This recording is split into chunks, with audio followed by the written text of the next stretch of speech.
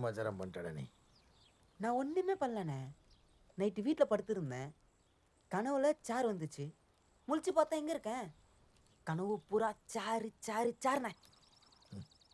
பகலில் கண்டாலும் கனவு நல்லதுடா. சாமி சிலை பார்த்துருக்கியா நீ? அது அந்த பாறையோட கனவு. ஆனால் நீ ஆசைப்பட்டதுக்காக துரத்திட்டு ஓடினா பார்த்தியா? கலக்கிட்டடா. ரொம்ப நாளைக்கு அப்புறம் மனுஷனோட பேசுகிறது ரொம்ப சந்தோஷமாக இருக்குது.